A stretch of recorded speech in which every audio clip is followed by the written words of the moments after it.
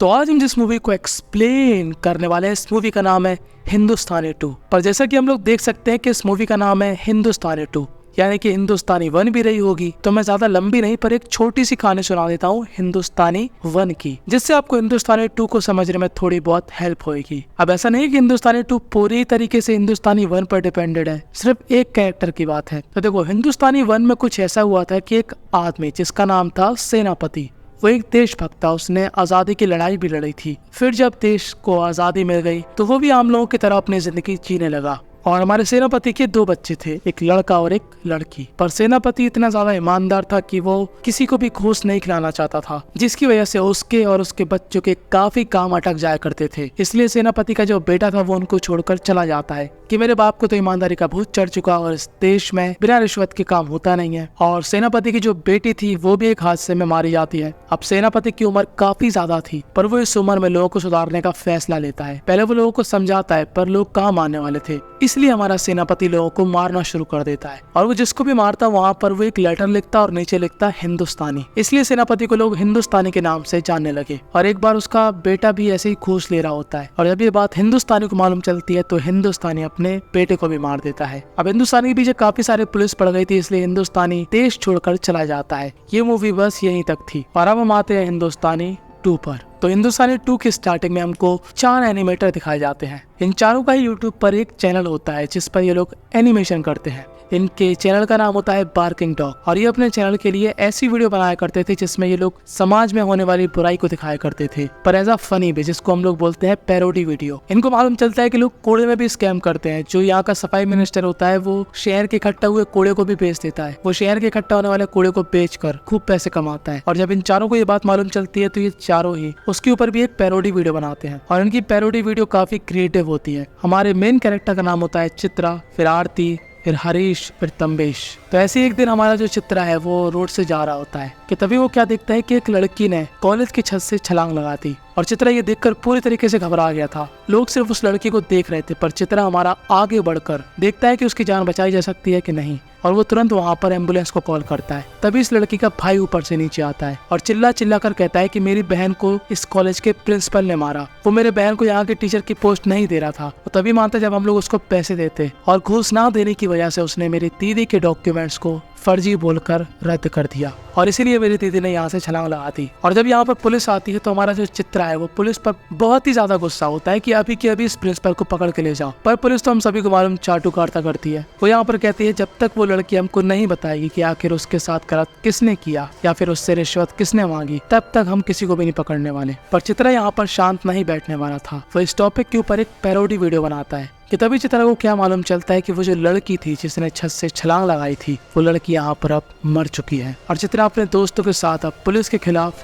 धरना पर बैठ जाता है। पर ये लोग कोई खास आदमी तो थे नहीं, थे तो ये लोग आम ही आदमी, और आम आदमियों का पुलिस तो कुत्ता ही बनाती है। तो इनका भी मार मार के पुलिस कुत्ता बना देती है और डाल देती है इनको जेल के अंदर। कि तभी यहाँ पर एंट्री होती है चित्रा की गर्लफ्रेंड की, जिसका नाम होता है दिशा। दिशा यहाँ पर इन चारों की बेल करवाती है और चित्रा को समझाती है कि प्लीज ये सब काम मत किया करो। तुम्हें मालूम है ना हमारा प्लान है अमेरिका जाने का, अगर तुम ये सब हरकत करोगे तो तुमको वीजा भी नहीं मिलने वाला। पर चित्रा हमारा बहुत ही ज्यादा ईमानदार था। वो चाहता था कि वो समाज में कुछ बदलाव लाए, पर दिशा उसको समझाती है कि ये तुम्हारे अकेले के बस की बात नहीं है। सिस्टम बहुत बड़ा है, करप्शन बहुत ज्यादा है, तुम अकेले कुछ भी नहीं उखाड़ सकते। पर चित्रा हमारा कहाँ मानने वाला, इसीलिए दिशा यहाँ से चली जाती है। अब चित्रा यहाँ पर अपने सभी दोस्तों को इकट्ठा करता है और उनसे कहता है कि करप्शन के खिलाफ लड़ना बहुत ही मुश्किल है। हमको एक ऐसा आदमी चाहिए जिससे पूरा सिस्टम डरता हो। कि तभी चित्रा को याद आता है कि ऐसा सिर्फ एक ही आदमी था जिसका नाम था हिंदुस्तानी। कि तभी चित्रा के दोस्त कहते हैं कि यार हिंदुस्तानी तो उस समय 70 साल का था और अब तक तो उसका राम नाम सत्य हो गया होगा। पर चित्रा कहता है कि मुझे ऐसा लगता है कि हिंदुस्तानी हो ना हो अभी भी जिंदा है। तो उसका दोस्त कहता है चलो मान भी लिया कि वो जिंदा है,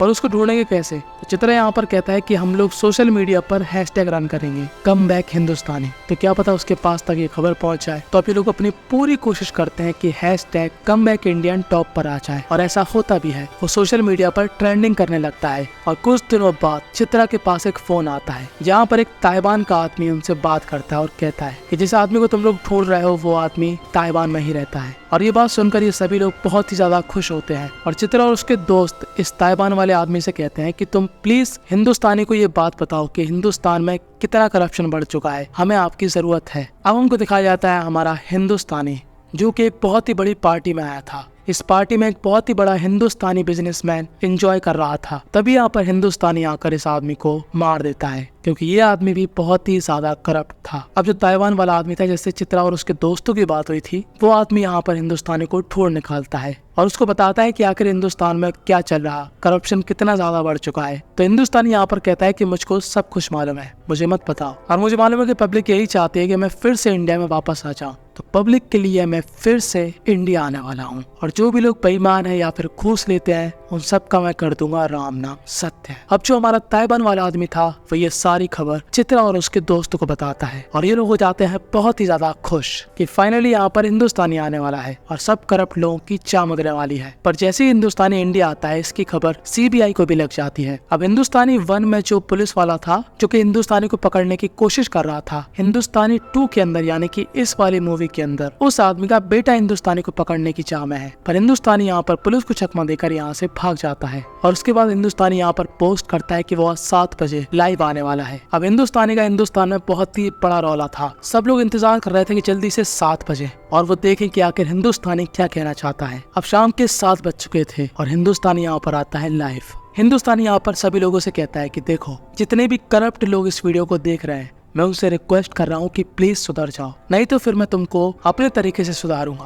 और जितने भी ईमानदार लोग इस वीडियो को देख रहे हैं, देखो करप्शन को रोकना बहुत ही मुश्किल है, ये किसी एक आदमी के बस की बात नहीं है, तो तुमको शुरुआत अपने घर से ही करना पड़ेगी। यहाँ तक कि तुम्हारे माँ बाप भी ऐसा करते हो तो तुम उनको भी पकड़वाओ, तब जाकर ये देश ईमानदार होगा। अब इसके बाद हिंदुस्तानी हमारा लग जाता है अपने काम में। वो यहाँ पर बड़े बड़े करप्ट लोगों को मार रहा था और जो हमारे चित्रा की टीम थी वो काफी कंफ्यूजन में आ चुकी थी। चित्रा के दोस्त यही कहते हैं कि आखिर हमने अपने घर वालों को क्यों पकड़वाए, ये बहुत ही मुश्किल काम है। पर चित्रा यहाँ पर इन सभी को मोटिवेट करता है और कहता है कि अगर हमारे घर वाले भी गलत होंगे तो हम उनको भी पकड़वाएंगे, क्योंकि करप्शन तो करप्शन होता है, चाहे कोई भी करे। अब ये सभी लोग अपने माता पिता पर ध्यान देने लगते हैं और इनमें से जो आरती थी वो क्या नोटिस करती है कि उसकी जो माता जी है, जो कि एक गवर्नमेंट ऑफिसर है, वो टेंडर पास करने के लिए बहुत ज्यादा घूस लेती है। यहाँ पर जो थम्पेश था, जो कि अपनी दीदी और जीजा जी के साथ रहा करता था, वो क्या नोटिस करता है कि उसके जीजा जी भी घूसखोर है। अब बारी आती है चित्रा की, वो क्या देखता है कि उसके पिताजी जो कि एक एंटी करप्शन ऑफिसर है, वो भी यहाँ पर घूस लेते हैं। और यहाँ तक कि जो चित्रा की गर्लफ्रेंड थी जिसका नाम था दिशा, वो भी नोटिस करती है कि जो उसका भाई है वो एक फर्जी डॉक्टर है, क्योंकि उसके पिताजी ने पैसा खिलाकर उसको फर्जी MBBS की डिग्री दिलवा दी। और जो चित्रा था वो भी नाराज था और जो चित्रा के साथी थे वो भी अपने घर वालों से नाराज थे।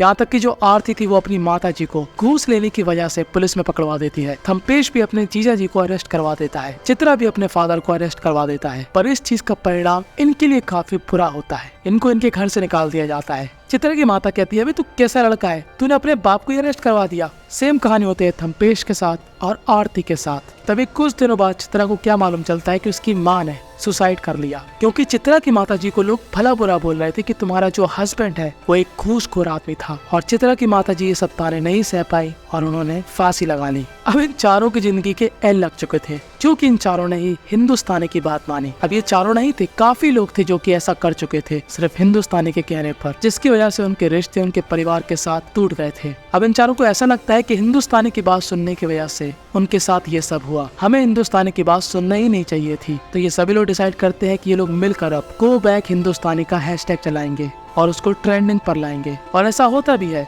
क्योंकि काफी लोग हिंदुस्तानी की बात सुनकर पछता रहे थे। और यही नहीं, यहाँ पर लोग प्रोटेस्ट कर रहे थे हिंदुस्तानी के खिलाफ, क्योंकि वो लोग अब हिंदुस्तानी से नफरत करने लगे थे। और इसी बीच सीबीआई भी हिंदुस्तानी का पता लगा लेती है, पर हिंदुस्तानी एक बार फिर से पुलिस को चकमा देकर यहाँ से भाग जाता है। पर हिंदुस्तानी अब जहाँ जहाँ भाग रहा था लोग उसको पहचान रहे थे और लोग उससे अब इतनी नफरत करने लगे थे कि लोग उसको अब मारने पर भी उतारू थे। और एक टाइम ऐसा आता है जब हिंदुस्तानी को पूरी पब्लिक घेर लेती है और उसको पत्थर मारती है। अब इससे पहले हमारा हिंदुस्तानी टैं बोल जाए, यहाँ पर सीबीआई के लोग आ जाते हैं और हिंदुस्तानी को पकड़ लेते हैं। कि तभी यहाँ पर एक सीबीआई ऑफिसर अपने आप को पता नहीं कौन सा 30 मार खान समझ रहा था, वो यहाँ पर एक डंडा लेकर हिंदुस्तानी पर हमला करने की कोशिश करता है, क्योंकि उसको एक बात नहीं मालूम थी कि जो हमारा हिंदुस्तानी है उसको वर्म कला आती है। जी हाँ, वर्म कला, जो कि काफी सालों पहले हिंदुस्तान में सिखाई जाती थी। और वो इसी कला का इस्तेमाल करके सीबीआई ऑफिसर को ऐसा कर देता है कि ना तो अभी आदमी हिल सकता है, ना ही बोल सकता है, ना ही चल सकता है। और जब इस सीबीआई ऑफिसर को डॉक्टर के पास ले जाया जाता है तब डॉक्टर भी कहते हैं कि भाई साहब हमसे ना हो पाएगा, जिसने भी इसके ऊपर वर्म कला का इस्तेमाल किया है